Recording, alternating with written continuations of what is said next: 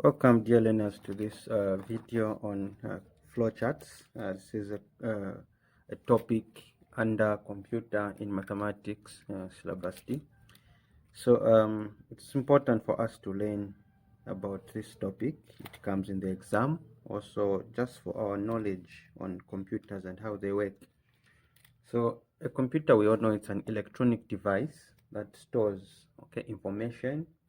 It can process information, and then it can also retrieve the information if you want to use it. So a computer, it's composed of two things. That is the hardware part, that's the material part that you can touch. And then the software part is what makes the computer to run. So let's look at just some basic elements of a computer, just for the sake of understanding. So basic elements of a computer: you have the input part. You have the input, and you have the processing part, the output part, and where's the storage. So we said the computer is a electronic device that can store information, and retrieve it for later use. So now a computer just doesn't store information. It has what we call the processing part, or what we call the brain of the computer. So once you input information, it can then process the information, and give an output or store the information. But all the same, so inputting devices, these, they allow you to interact with the computer. And then output devices, when you're sending data to someone, could be a flash disk or something. And then storing the computer, they are made up of hard drives and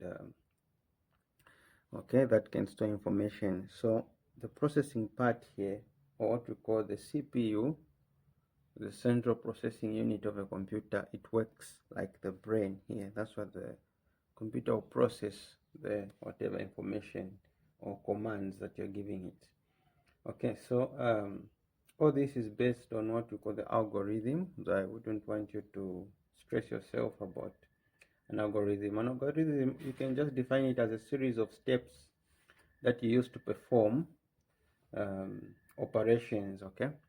That's what an algorithm is. And a flowchart is an example of an algorithm. And that's what we'll be looking at. So a flowchart, by definition, here we can say it's a diagram, that is used to show, or it's made up of boxes, diamonds, and other shapes. A lot of shapes. You have the circle, an elongated circle, you have a rectangle, you have a diamond, and you have a parallelogram. And you look at that.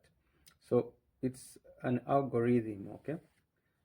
It presents a graphical representation of an algorithm.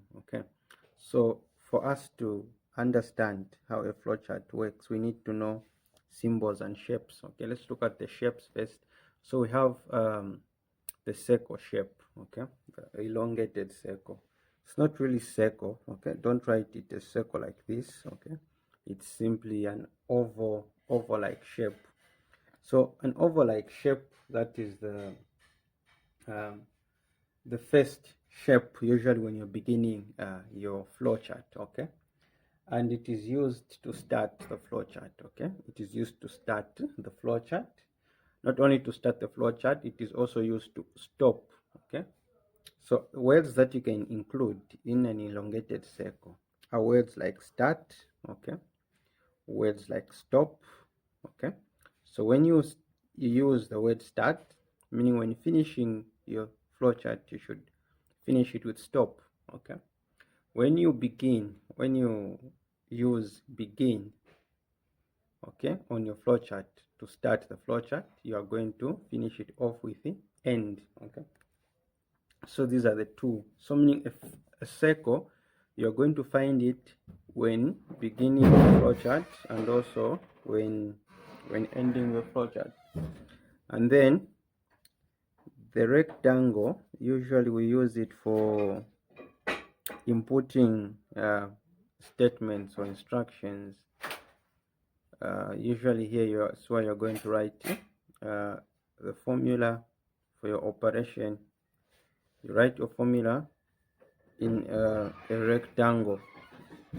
Then another thing here on the rectangle here, it's simply a statement to execute or solve or perform an operation. Okay, so this is where you put your formula in the rectangle. Another interesting shape is a diamond. Okay, a diamond, we call it the decision making block. So the decision making block here is where you have to use your reasoning to think. Okay, so thinking here, you think. Okay, you use this when you're about to make a decision, and just by looking at the shape, there are many directions that you can go. You can either go down, you can go this way, or go that way. So you have to apply decision here. Okay, and the questions that you are going to ask here, so ask questions that will begin with, is this greater than this or less than that?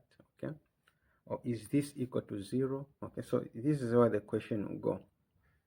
Look at an example. So, and then these questions, you simply answer them by yes or no. So if yes, you go this side, or if no, you go this side. Okay, depending on the decision that you're making. Then a parallelogram,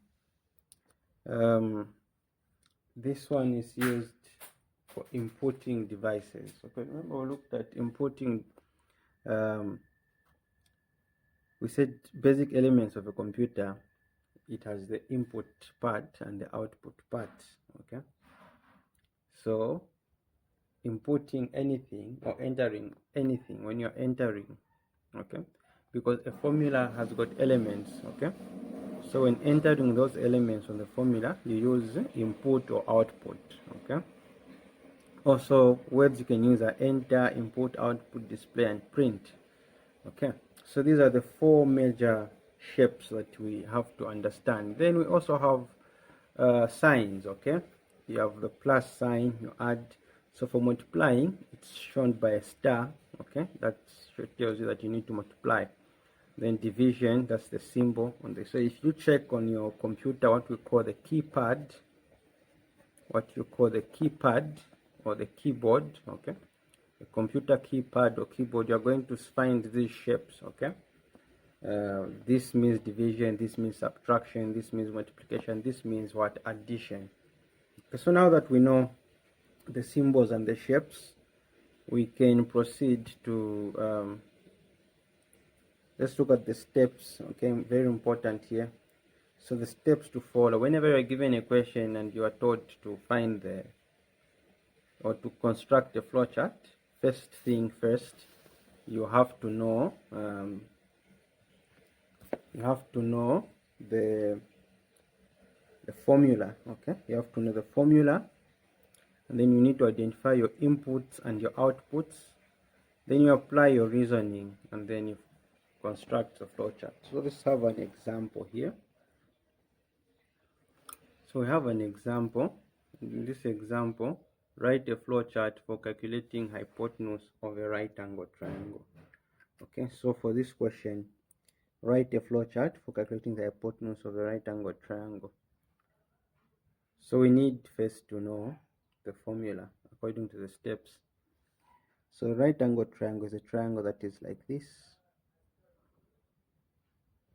Okay, a 90-degree, what we call a 90-degree triangle.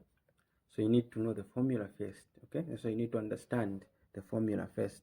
So formula for writing the hypotenuse is given by c squared is equal to a squared plus b squared. Okay, so c, which is the hypotenuse, is this side, then the adjacent sides a and what?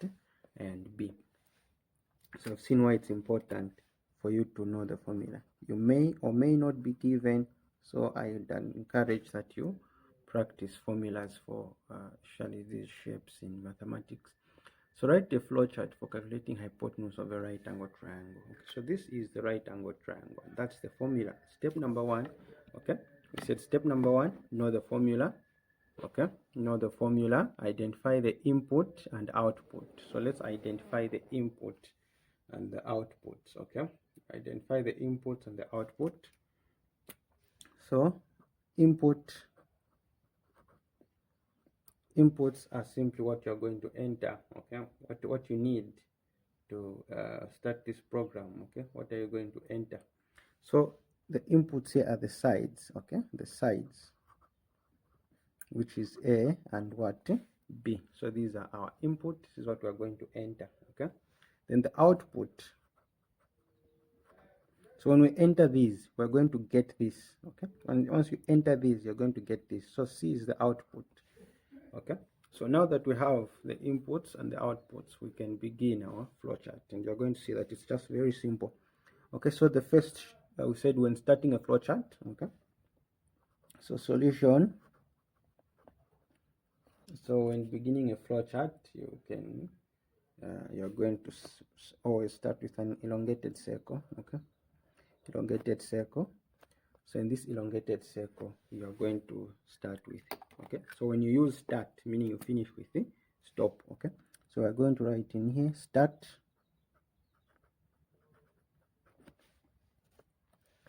okay. Then the next shape that comes is where now you have to enter, okay. So you started, so you have to enter your inputs, okay. So you're going to bring your arrow down.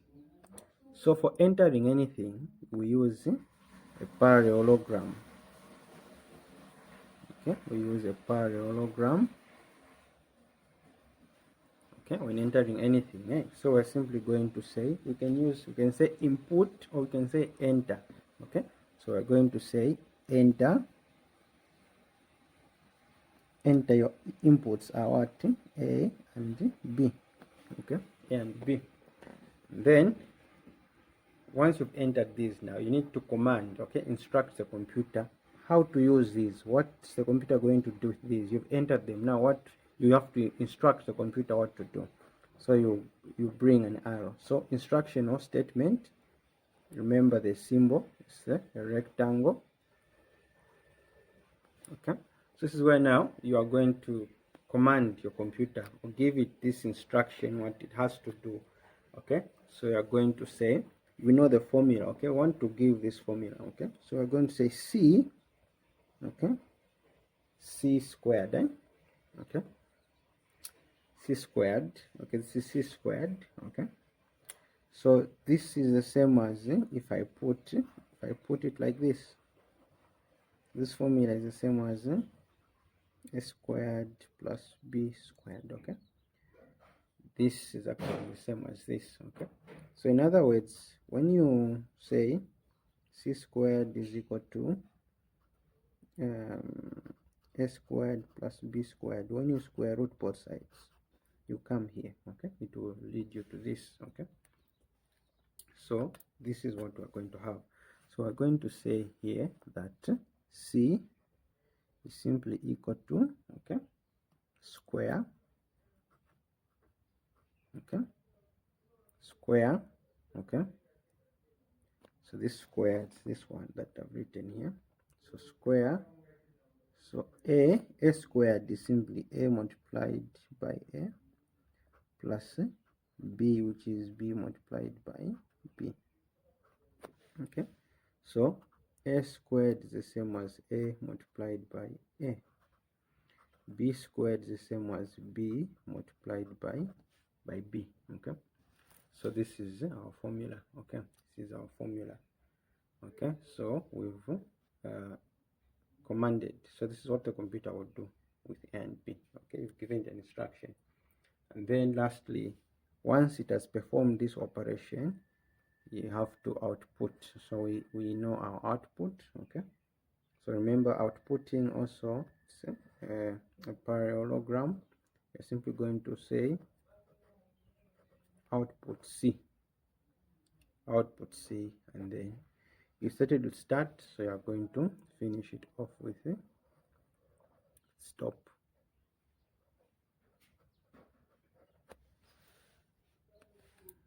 Okay, so step number one, know the formula, identify the inputs, okay. Back to these steps, know the formula, identify the input, apply your reasoning, and then you construct the flowchart, okay. I hope you've been able to understand this example. Let's look at another example. So in this example, we are given construct a flowchart program for finding x is equal to negative b plus or minus square root. Okay, this is quite a long formula. Okay, so for this formula, we are simply going to say that let d be equal to what's in the square root. Let d be equal to what's in the square root, which is b squared minus 4ac. Okay, so this will represent so let d be equal to this sign, what's inside here. Okay, so if we follow the steps, let's look at what are our inputs. The inputs for this question are the values that we are using in the formula. So input, it's A, B, and C, and then the output. Okay, that's why you can't solve these questions without basic understanding of mathematics and how formulas work. So the output is when you enter these A, B, and C together with the numbers, you are going to find X. So what you are finding, that is your output. And remember, for this you have X1, okay, and you also have X2. We always write X is equal to this or that. So this is what you have. Construct a flowchart program for finding x is equal to negative b plus or minus square root b squared minus 4ac over 2a. And then we've said let d represent what's in the square root. So we have our input, we have our output. The next thing to do is to apply our reasoning and start our flowchart. Okay, start our flowchart. Okay, so before we start the flowchart, always remember, you should never get a negative number in the square root. Okay, at your level here, you should never get, okay, for syllabus D, you should never get a negative number in the square root, because once you get a negative number inside here, okay, this will be an error. Negative numbers do not have square roots. Okay, that's one thing you have to know. So you need to apply reasoning when you're answering such questions. They are very simple and they come as 5 marks. Okay, but you have to apply reasoning. Okay, you have to understand how mathematics work. Okay, so like I'm saying here, once you see a square root, just know that you should never have a negative inside the square root, because it will be a math error. Okay, so we've established that. So we can start doing our flowchart. Okay, like we said, the first thing, the first shape is the elongated circle. We're going to write it. For this, we are going to start with begin. Okay, so once we've chosen to start with begin, we're going to finish with end. Okay, so we draw arrows. So after when you begin, you have switched on your computer. Okay, and you want to begin running this algorithm. The next thing will be you enter your inputs. Okay, you enter. So when entering, the shape matters a lot. Okay, a parallelogram. Okay, and what are you entering? Your inputs. What are our inputs? A, B, C. Okay, we're simply going to write input A, B, C. Okay, input A, B, C. So after we've inputted A, B, C, okay, let us show them first. Let's just instruct the computer about D. Okay, what's inside, okay, the square root. So we're going to do this, show it like this. Okay, we are giving an instruction. Okay, D is equal to, so B squared is the same as B star B. Okay, you're going to get used to this, B star B. Okay, and then minus, okay, 4 star A star C. Okay, this is D. Okay, now remember I said D should never be 0. Okay, so D must always be greater than 0. Okay, meaning it should be greater than 0, meaning that it should always be a positive. So when you say D is greater than 0, we are saying that D should always be a positive. So we're going to perform a decision here. Okay, a decision. We're going to make a decision. Okay, so we're going to ask, we're going to say, is D greater than or equal to 0? Okay, so D must always be greater than or equal to 0. This is because in a square root you don't need negative numbers.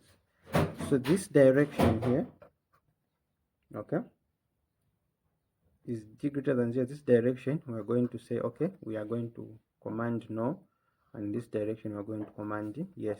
Okay, so if D is D greater than 0, when we say no, this means that it's a negative. When we say yes, meaning that it's a positive.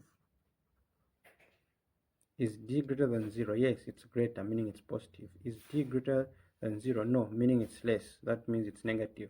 And if it's negative, you know that this is an error in mathematics. Okay, this is an error. So you show it using, you're going to show it using a rectangle by simply writing error. But if D is positive, right? If D is positive, you say yes. Okay, then you can show the formula now. The formula will work. If your D is positive, you show a formula.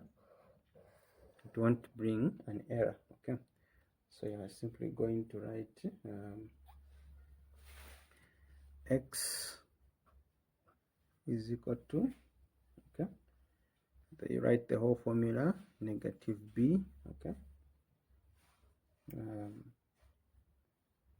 so plus, okay, square root b star b, which is b squared, okay, minus 4 star a star c, okay, over 2 star a, okay, plus or minus sign. You show the formula here, and then after the formula has been displayed, it will now work out the operations on its own. Okay, to work out the operations on its own, and then you simply say display. Okay,